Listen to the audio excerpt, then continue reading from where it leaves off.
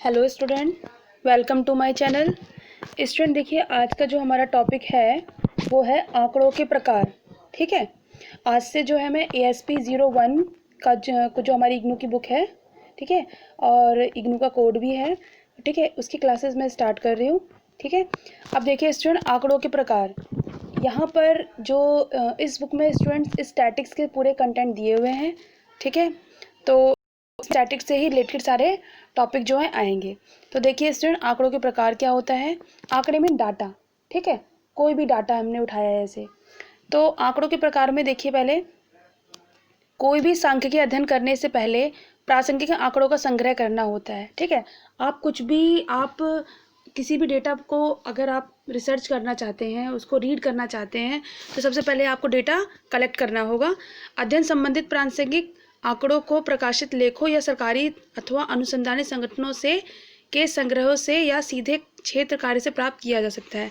Mean ये बता रहे हैं कि आप आंकड़े जो है कहीं से भी आप प्राप्त कर सकते हैं। ठीक है, आप जैसे स्कूल से ले सकते हैं, कॉलेज से ले सकते हैं, तो मतलब किसी भी सरकारी ठीक है, अनुसंधान संगठन का, मतलब कहीं से भी ले सकते हैं। आंकड़ा संग्रह करने की विधि और उसका विश्लेषण करने की क्रिया पद्धति सांख्यिकी विषय के अध्ययन का मूल केंद्र होती है। ठीक है, और हम उस डेटा को कलेक्ट कर रहे हैं, ठीक है, और उस डाटा पे हम रिसर्च कर रहे हैं। यही हमारा क्या होता है, सांख्यिकी जो मीन स्टैटिक्स जो है सब्जेक्ट जो है, उसका ये सेंटर पॉइंट होता है हमारा। ठीक है, सांख्यिकी विद एक प्रतिदर्श मीन्स रिपोर्ट से आंकड़ा एक सैंपल से प्रतिदर्श मीन्स सैंपल से आंकड़ा एकत्रित करते हैं। वे इन आंकड़ों का प्रयोग उन समष्टि के बारे में निष्कर्ष निकालने में करते हैं जिसे प्रतिदर्श निरूपित करता है, जिसे सैंपल निरूपित करता है। जैसे मान लीजिए हमने 1000 लोग हैं, 1000 लोगों में से अगर हमने 100 लोग अगर मतलब सैंपल के रूप में निकाल लिए, ठीक है, तो इट मीन्स वो जो 100 पीपल जो हैं वो हमारे 1000 पीपल को क्या कर रहे हैं, डिफाइन कर रहे हैं। ठीक है, इस तरह हम पाते हैं कि प्रतिदर्श और समष्टि संबंधित रूप हैं। समष्टि पूर्णता होती है, समष्टि माने पूरा कंप्लीट, जबकि प्रतिदर्श उस पूर्णता का एक अंश होता है या खंड होता है। ठीक है, अगर मैं 1000 पीपल की बात करूं तो वो है समष्टि, ठीक है, और अगर मैं 100 लोगों की बात करूं तो वो है हमारा प्रतिदर्श, सैंपल। ठीक है, अब देखिए, जब आंकड़े संख्यागत रूप में होते हैं तो उन संगत लक्षणों को चर कहा जाता है। ठीक है, जो भी आपके नंबर्स में होंगे उन्हें हम हिंदी में चर कहते हैं। इस तरह 100 मदों में से विनिर्देशनों की पूर्ति न करने वाले मदों की संख्या, प्रतिदर्श एक विशेष दुकान पर आने वाले उपभोक्ताओं की संख्या, एक ऑपरेटर द्वारा प्रति घंटा रिसीव किए गए टेलीफोन कॉलों की संख्या में देखा आपने, यहाँ पर सारे जो है नंबर्स में बता रही हैं एग्जाम्पल्स। एक बिजली के बल्ब का जीवन काल घंटों में, ठीक है, 2-4 घंटे, 10 घंटे, 20 घंटे, तो ये सारे क्या है, हमारे चरों के उदाहरण है। मीन हमारे क्या है, ये नंबर्स के उदाहरण है। ठीक है, कुछ स्थितियों में आंकड़े संख्यात्मक नहीं होते, कुछ सिचुएशन में ऐसे होते हैं कि वो हमारे नंबर्स में नहीं होंगे, जैसे फीलिंग्स।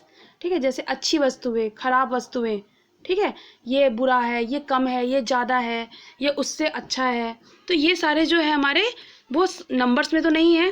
ठीक है, तो जैसे अभी यहाँ पर एग्जाम्पल लिया हुआ है, देखिए, यदि उसकी मासिक आय कम से कम 5000 रुपये है तो वे हाँ कहें, यदि मासिक आय 500 रुपये से कम है, ठीक है, तो वो ना कहें। मीन्स ये 500 नहीं 5000 होगा, मिसप्रिंट है, ना कहें। ठीक है, ऐसी स्थिति में परिणामिक आंकड़े संख्यात्मक नहीं होंगे। इस क्रिया में केवल हाँ और ना एक श्रेणी में मिलेगी। यह बात अवश्य है कि इन दोनों की स्थितियों में इन आंकड़ों को संख्यात्मक आंकड़ों में सरलता से रूपांतरित कर सकते हैं। उदाहरण के लिए अंतिम उदाहरण में हम हाँ के स्थान पर 1 और ना के स्थान पर 0 का प्रयोग कर सकते हैं। ठीक है, तो इस तरीके से हम क्या करते हैं कि हमारे जिस सिचुएशन में हमारे आंकड़े हमें नंबर्स में ना मिले, हम उन्हें नंबर्स में कन्वर्ट कर लेते हैं। ठीक है, तो देखिए स्टूडेंट, ये एग्जांपल दिया हुआ है। अब मैं आपको क्लियर जो है बताती हूँ। जैसे देखिए एग्जांपल 5 देखिए। ठीक है, इस एग्जांपल 5 में आपको ये डेटा दिया हुआ है।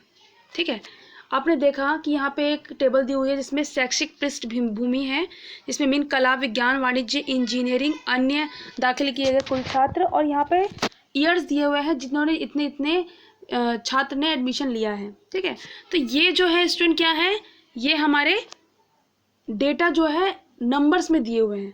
ठीक है, तो ये हमारा, अब देखिए जैसे कि एग्जांपल देखिए, एग्जांपल 6 देखिए। नीचे दी गई तालिका में सांख्यिकी की परीक्षा में 100 छात्रों द्वारा प्राप्त अंकों के संबंधित आंकड़े, आधारभूत आंकड़े दिए गए हैं। तो देखिए स्टूडेंट, यहाँ पर जो ये टेबल दी हुई है 100 छात्रों के परीक्षा में जो मार्क्स आए हैं वो दिए हुए हैं, ठीक है। तो यहाँ परीक्षा में जो प्राप्त अंक है वो चर है, मीन नंबर्स में है और अलग अलग हैं, और इसको हम कहते हैं अनग्रुप डेटा, ठीक है। इसको हम कहते हैं अनग्रुप डेटा, जिसमें अलग अलग हैं, ठीक है। अलग अलग स्टूडेंट के अलग अलग नंबर्स हैं, मीन्स 100 स्टूडेंट है तो आपको 100 बार नंबर्स भी लिखने आपको इस टेबल में है, ठीक है।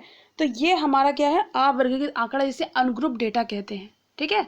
ओके स्टूडेंट, आज की क्लास के लिए इतना ही है। नेक्स्ट वीडियो में मैं आपको ग्रुप डेटा के बारे में बताऊंगी। आज हमने ग्रुप डेटा के बारे में पढ़ा है, जिसे हम हिंदी में अवर्गीकृत आंकड़ा कहते हैं, ठीक है।